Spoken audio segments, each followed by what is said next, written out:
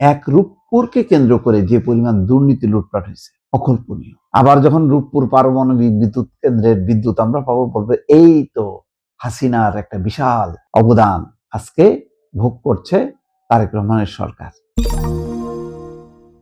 রূপপুর পারমাণবিক বিদ্যুৎ কেন্দ্র যেমন বাস্তবতা, তেমনি এই প্রকল্পকে ঘিরে যে মেগা দুর্নীতি সেটাও একটা অতি বাস্তবতা।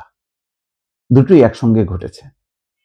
কালকেই প্রধানমন্ত্রী তারেক রহমান বলছেন যে ভ্যানিটি প্রজেক্ট, বিগত সরকারের নেওয়া বেশ কিছু ভ্যানিটি প্রজেক্ট বা অহেতুক প্রকল্পের কারণে যে দেশি বিদেশি ঋণ নেওয়া হয়েছিল, সেই ঋণ জাতির উপর এখন বোঝা হয়ে দাঁড়িয়েছে এবং যা জাতিকে বহু বছর ধরে বহন করতে হবে।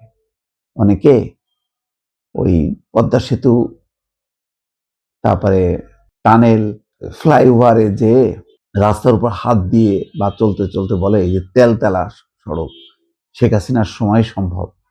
তারপরে দেখবেন যে সুন্দরভাবে বেশ কিছু প্রকল্পগুলোকে নিয়ে কাহিনী বানায় যে শেখ হাসিনার আমলের উন্নয়ন, যেটা তারেক রহমান সহ কেউ করতে পারবে না, সত্য এটা করতে পারবে না। কিন্তু এই প্রকল্পে কত টাকা ব্যয় হয়েছে, কার টাকা ব্যয় হয়েছে, এবং এই সব প্রকল্পের পেছনে যে বিশাল বিশাল দুর্নীতির কাহিনী, কোটি কোটি টাকা লুটপাটের কাহিনী, সেগুলোর হিসাব কেউ করে? হিসাব দেয় কেউ? বা সেই হিসাব চাওয়ার মতন কোনো প্রতিষ্ঠান ছিল? এখন দেখেন 19 থেকে 20 হলেই বিরোধী দলের সংসদ সদস্যরা প্রত্যেকে 20 কোটি টাকা বরাদ্দ পাবে প্রধানমন্ত্রীর ঐচ্ছিক তহবিল থেকে তার এলাকার উন্নয়ন কাজের জন্য। স্পিকার বলছেন 40 বছরেও আমি 1 টাকাও পাইনি। বিরোধী দলের এমপিরা খুশি হয়েছেন। আবার দেখলাম জামাতের একজন বলছেন আমরা না হয় 20 কোটি টাকা পাচ্ছি, সরকারি দলের সদস্যরা কত পাচ্ছেন এটা জানলে খুশি হইতাম। দেখেন অবস্থা।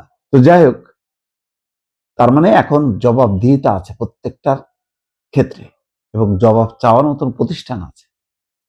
আগে তা ছিল না। এই কারণে একটা রিপোর্টের প্রতি দৃষ্টি আকর্ষণ করছে, সেই জন্য এতগুলো কথা। যে রূপপুরে আরো অনিয়ম, 27 কোটি টাকার যন্ত্রপাতি কেনা হয়েছিল 214 কোটি টাকায়। অডিট বলছে যে এই যন্ত্রপাতি কেনার কথা মানে 27 কোটি টাকায়, তার 10 গুণ বেশি দামে 214 কোটি টাকায় কেনা হয়েছে। এক রূপপুরকে কেন্দ্র করে যে পরিমাণ দুর্নীতি লুটপাট হয়েছে অকল্পনীয়। আবার যখন রূপপুর পারমাণবিক বিদ্যুৎ কেন্দ্রের বিদ্যুৎ আমরা পাবো, বলবে এই তো হাসিনার একটা বিশাল অবদান আজকে ভোগ করছে তারেক রহমানের সরকার। কিন্তু অকৃতজ্ঞ তারেক রহমান, জামাত ইসলাম বা এখানকার রাজনৈতিক দলগুলো, যে তারা শেখ হাসিনার অবদানের কথা স্বীকার করে না। ভাইরে, আপনি 10,000 কোটি টাকা মেরে দিয়ে আপনি 2,000 কোটি টাকার একটা প্রজেক্ট দিলেন, ওদিকে 10,000 কোটি টাকা, 12,000 কোটি টাকার প্রজেক্টের 2,000 কোটি টাকার প্রজেক্ট আসল, আর হচ্ছে 10,000 কোটি টাকা আপনি পকেটে ঢুকাইলেন।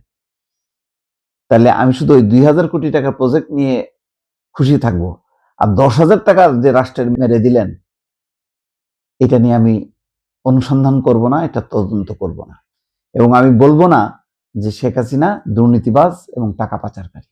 তাই তো বিষয়টা তো তাই তো দাঁড়াচ্ছে।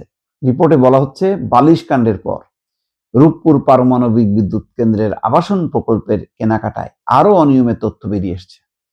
এবার আবাসন এলাকা গ্রিন সিটির 11টি ভবনের বৈদ্যুতিক উপকেন্দ্রের সরঞ্জাম এবং জেনারেটর কেনাকাটায় অনিয়ম পেয়েছে মহা হিসাব নিরীক্ষক এবং নিয়ন্ত্রক কার্যালয়, অর্থাৎ সিএজি অফিস কার্যালয় বা অডিট অফিস, যেটা সংক্ষেপে বলা হয়। নিরীক্ষায় দেখা যাচ্ছে এই কেনাকাটায় সরকারি দরের তুলনায় 8 গুণ বেশি অর্থ পরিশোধ করা হয়েছে। সরকারি হিসেবে এসব যন্ত্রপাতির দাম ছিল প্রায় 27 কোটি টাকা, সেগুলোর জন্য বিল পরিশোধ করা হয়েছে 213 কোটি 88 লাখ টাকা, অর্থাৎ অতিরিক্ত ব্যয় হয়েছে 186 কোটি 89 লাখ টাকা। এই টাকা কার রে বাবা? সরকারের, জনগণের। এই টাকা লুট হয়ে গেছে। এই টাকা লুট হয়ে কি হয়েছে? ওই এইসব প্রকল্পের সঙ্গে যারা যুক্ত তাদের পকেটে গেছে, দেশে কিছু অংশ থেকে গেছে, আর বাকিটা চলে গেছে যথারীতি, পগার পার হয়ে গেছে। এই তো চলছে। এটা নিয়ে এত আত্মহারা হওয়ার, আজকে রিজার্ভ 37 বিলিয়ন। আর মনে আছে শেখ হাসিনার সময় শেষ দিকে কত এসে দাঁড়াইছিল? 10-12 বিলিয়ন। তাইলে দেশটাকে যেইভাবে রেখে গেছে, ব্যাংক লুটপাট শূন্য, রিজার্ভ একেবারে মানে অ্যালার্মিং পজিশনে নিয়ে আসছে, তারপরও শেখ হাসিনার উন্নয়ন, এবং আমাদেরকে খুব খুশি থাকতে হবে। লুটপাট করে মেগা প্রজেক্ট করছেন আর তলে তলে টাকা সরাইছেন, রাষ্ট্রের টাকা, মানুষের কষ্টের টাকা, ঋণের টাকা, যেগুলো প্রপার যদি সত্যিকার অর্থে ইউজ হতো, তাহলে আমরা যত মেগা দেখতেছি তার 10 গুণ মেগা প্রকল্প থাকার কথা, কিন্তু হয়নি। ওই যে আপনি 12,000 কোটি টাকা 10,000 কোটি টাকায় মেরে দিচ্ছেন, 2,000 কোটি টাকার সামনে আপনারে মূলা ঝুলাই দিল, আপনি সেই মূলা খাইতে খাইতে আপনি গান গাইতেছেন শেখ হাসিনার গান। মমতাজ জেলের বাইরে থাকলে গান গাইতো শেখ হাসিনার নামে, উন্নয়নের রূপকার শেখ হাসিনা, শেখ হাসিনার দরকার বারবার উন্নয়নের রূপকার। এই তো এইসব তামাশা নাটকই তো চলছে।